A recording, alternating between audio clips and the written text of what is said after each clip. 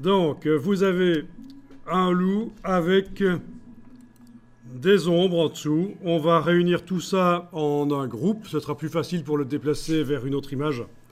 Donc, vous allez cliquer sur le calque du loup et avec la touche majuscule, vous allez cliquer sur l'ombre d'en bas. Pas le fond blanc, pas l'arrière-plan. Et alors, tous ces calques, nous allons les réunir en un seul par notamment le menu calque, nouveau groupe d'après des calques. Menu calque, nouveau groupe d'après des calques. Alors, le raccourci pour faire ça, vous essayez majuscule et cliquez sur le groupe ici, en fait. Ça marche aussi. Oui, parce que si vous faites... Non, j'ai rien dit. Si on clique simplement, ça marche aussi. Voilà. On doit sélectionner les calques ou mieux? Voilà, vous avez un groupe dans lequel se trouvent les calques. Et alors, on va aller ouvrir une autre image et transporter ça vers une autre image. Alors, on y va dans Google, on va aller chercher une image. Donc, vous tapez par exemple le mot désert. Et alors ici, je vais faire une recherche de désert que j'ai le droit d'utiliser, mais différemment de ce qu'on a fait précédemment. Comme ça, vous voyez l'autre manière de faire.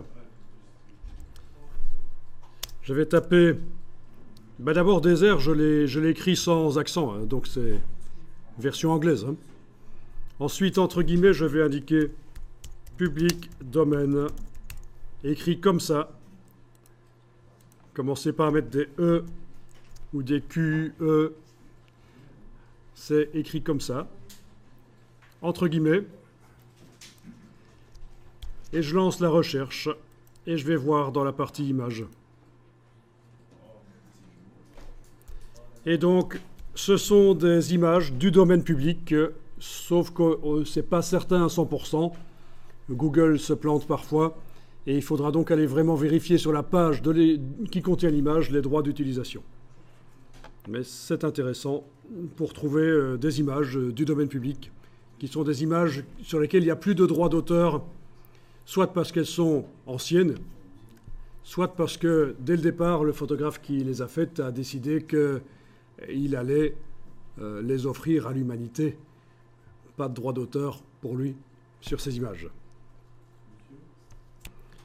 Bon, prenez une image qui... d'abord, on va quand même filtrer pour avoir des images de qualité au niveau de la définition. Donc, dans les outils, ici, je vais demander taille supérieure à 4 mégapixels. Ensuite, vous avez plein d'images possibles dans lesquelles vous allez pouvoir amener la bestiole.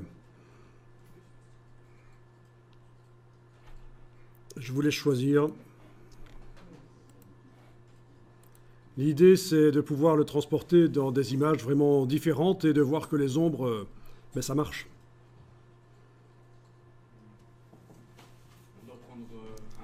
Donc, il faut qu'à l'avant-plan, il y ait du sol sur lequel vous allez pouvoir mettre le loup. C'est la seule vraiment condition.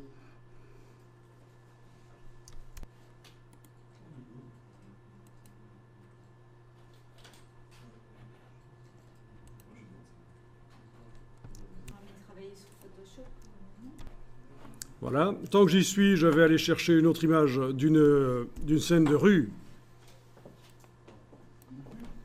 Une rue, oui. Donc je vais taper Street View. Voilà. Et toujours public domaine, supérieur à 4 mégapixels. Et je tombe sur des images de rue dans lesquelles je vais pouvoir tester l'inclusion du loup.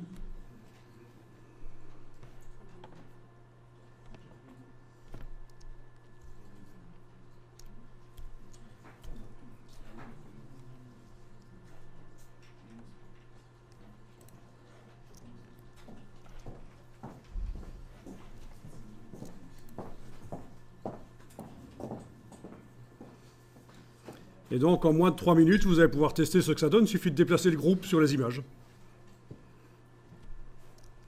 Bon, en attendant que celle-là télécharge, je vais déjà m'attaquer à l'autre.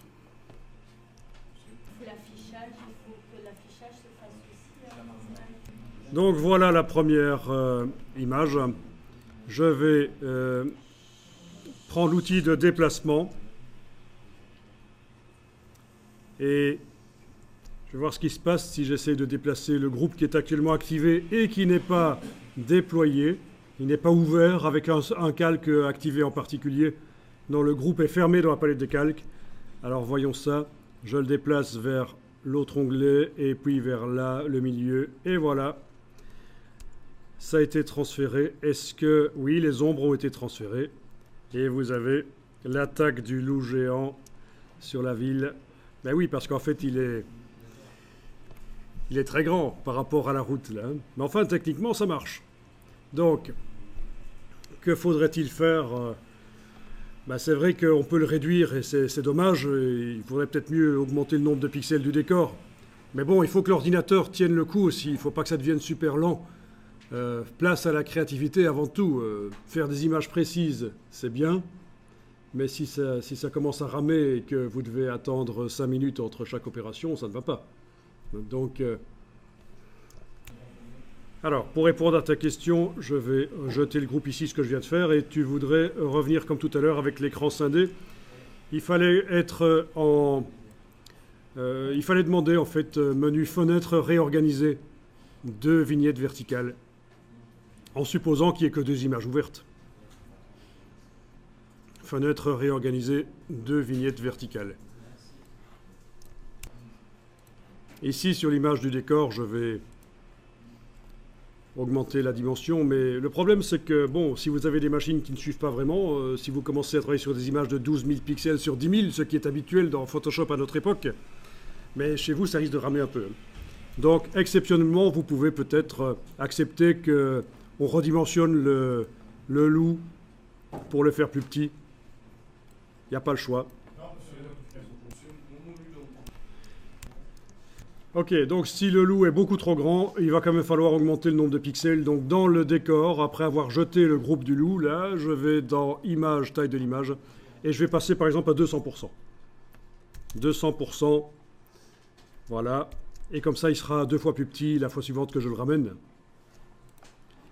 Et puis, s'il faut, vu qu'on ne sait pas augmenter à l'infini la taille du décor, on va réduire la taille du loup dans le décor par transformation manuelle, tant pis. Hein. On sait qu'on va perdre du détail, mais voilà. Il faut quand même que l'ordinateur continue à fonctionner. Alors, il y avait une autre question. C'est pour faire une marionnette sur le loup, il faut le faire à l'intérieur du groupe sur le calque du loup. Voilà, c'est uniquement, il faut que les ombres ne subissent pas la marionnette, bien sûr. Bon, tant qu'on y est, si vous voulez faire une marionnette sur le loup, autant la faire intelligemment cette fois-ci. Alors, regardez.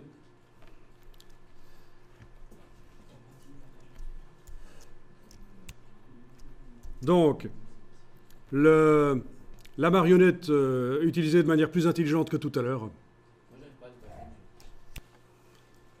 Donc, j'ouvre le groupe et le calque du loup, je vais le transformer en un objet dynamique en faisant un clic droit à droite du nom.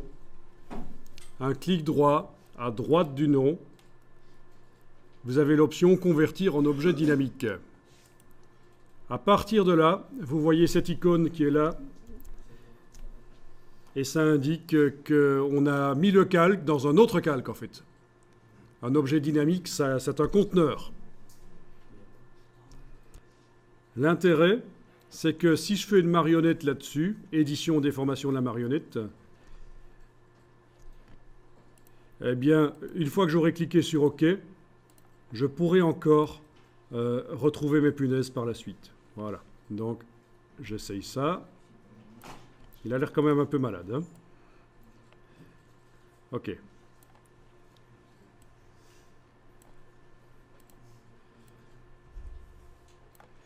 Je valide. Et voilà.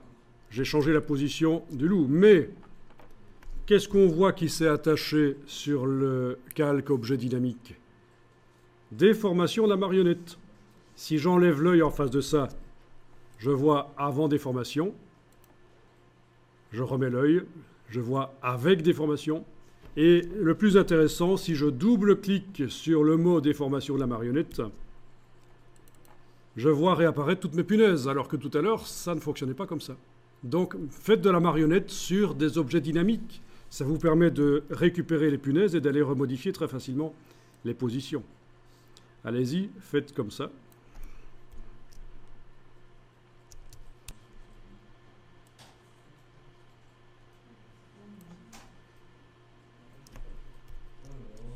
Il y en a qui se servent de la marionnette pour amincir ou élargir des choses, comme des personnes. Et aussi, ils s'en servent pour faire sourire des personnes, des visages. Donc ça peut avoir plusieurs utilisations, en fait, la marionnette. La seule limite, c'est votre imagination, comme dit le slogan de chez Adobe.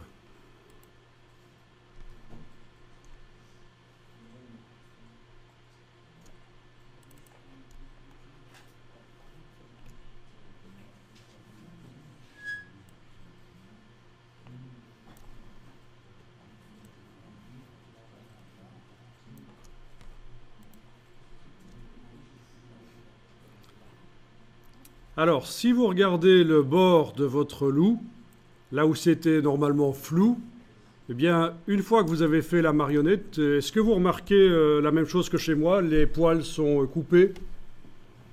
C'est parce que quand on a affaire à un objet à bord flou, quand on fait la marionnette dessus, il y a une petite opération à faire pour que les poils ne soient pas coupés comme ça.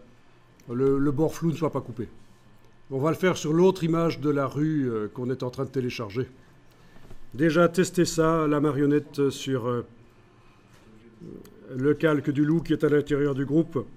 Ensuite, une fois que c'est fini, vous fermez le groupe et vous pouvez faire une transformation manuelle pour le redimensionner.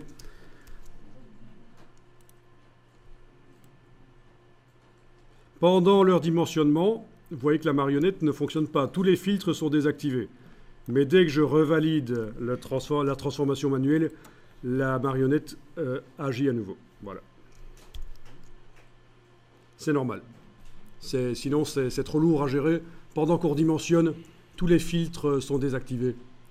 Et la marionnette est un filtre qu'on a mis sur le calque.